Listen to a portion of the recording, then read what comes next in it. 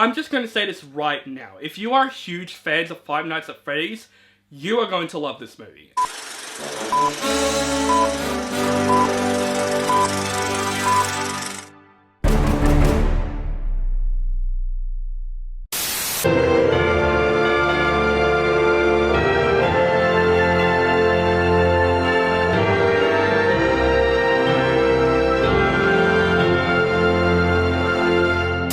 What is up, guys and horror fans? Welcome back to my channel. This is OCD Movie Reviews. My name is On the Brinkat, and today I'm going to review the latest horror film sequel that of course is based on a video game, and that film is Five Nights at Freddy's 2. This movie is once again directed by Tammi, who directed the first Five Nights at Freddy's movies, and stars the return of Josh Hutcherson, Elizabeth Lail, Piper Rubio, and Matthew Lillard, with some new people including Mckenna and Wayne Knight. And of course, this is the second film in the Five Nights at Freddy's movie franchise that this film is trying to basically accomplish. 1 year after the supernatural nightmare at Freddy Fazbear's Pizza, Abby runs away to reconnect with her animatronic friends, uncovering dark secrets about the true origins of Freddy's and unleashing a horror hidden for decades. Now, I'm going to be very straight here. This is coming from the guy that's not the hugest Five Nights at Freddy's fan. Like I said in the first review, I did enjoy the first game, but that's all I've played, so I don't know much of the lore of Five Nights at Freddy's, but I'm just going to say this right now. If you are huge fans of Five Nights at Freddy's, you are going to love this movie. I'm literally doubting that I feel like the fans will hate this movie, because there's a lot of Easter eggs, there's a lot of references, especially for Five Nights at Freddy's 2, so if you're huge fans, you're going to at least enjoy this movie. To me, I hand from someone that isn't really the hugest fans of Five Nights at Freddy's, and I actually thought the first movie was okay. This movie is worse than the first movie. Now, when it comes to the first movie, I thought it's an okay movie. It's very simple, it's a fun horror film for what it is. It just could have been better. It has so much wasted potential, and I feel like it could have been a much better movie. This movie made the first movie better. Honestly, it made the first movie at least freaking better. Now, are there positives with Five Nights at Freddy's 2? Absolutely. The animatronics, they look incredible in this movie, and it's really good to see the Freddy Fazbear's characters back, you know? I feel like the animatronics, the way they look in this movie, looks incredible. I'll give this movie credit. I gotta appreciate the Jim Henson animatronic production design. I'll give the movie credit. It looks fantastic, and when you see them on screen, they look good. You know, there are some CGI in this film that looks pretty bad, but other than that, the animatronics, they look very convincing, and they are definitely the best aspects of this movie. And there are definitely nods to the fans of the lore out there. Like in the cinema, there is some huge cheering at a couple of aspects where I'm like, okay, for fans, it won't disappoint you. Absolutely. And it's still a really good looking film when it comes to the cinematography and even the sound design of the movie. It's still really well done. But other than that, guys, man, talking about wasted potential when it comes to this sequel, I feel like one of my biggest issues when it comes to this movie is absolutely the story of this movie, because this movie is very convoluted.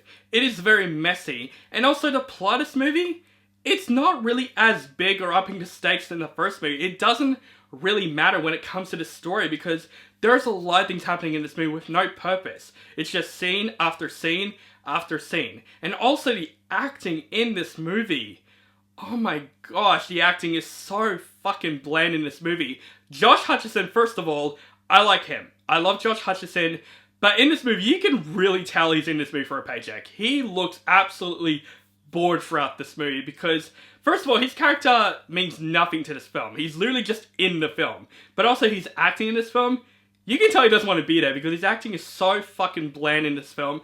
It's literally like he is sleepwalking throughout the film. That's how very bland his acting is. And you can tell that he's not passionate making this movie. Also, we get to explore more of Vanessa's character from the first movie after the events of the first movie. And I'll tell you this, that plot aspect is good in the film, but what would make this aspect better is Elizabeth Lail's acting, because my god, her acting in this movie is also paycheck bland. Like, you can even tell she has no emotion whatsoever throughout the film. And there's a bit of a love story type chemistry with Josh Hutcherson and Elizabeth in the film that just felt like it's just there to basically ship them two together. And I'll give it credit, Piper Rubio returning as Abby in the film, she's probably the only actress that does try in this film, but she doesn't really make the film any better. I thought her acting is also bland in the film, but out of the three actors, at least she tries in this film. And this movie has a lot of big actors that just felt so freaking wasted in this movie. Matthew Lillard, if you're really excited to see Matthew Lillard in this film, I'm sorry to disappoint you, he's literally only in this movie for 2 minutes.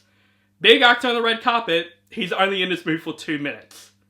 Hopefully he gets a huge paycheck. Mckenna Grace is also really wasted in the film, and I love Mckenna Grace. She's definitely becoming a huge star right now.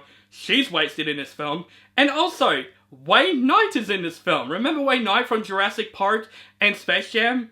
He is great at playing douchebags in films. He plays a douchebag here, and I'm not gonna lie, he's probably the best actor out of this entire film. He is good at playing this unlikable teacher in this film to Abby in the film, but he's only in this movie for like 5 minutes.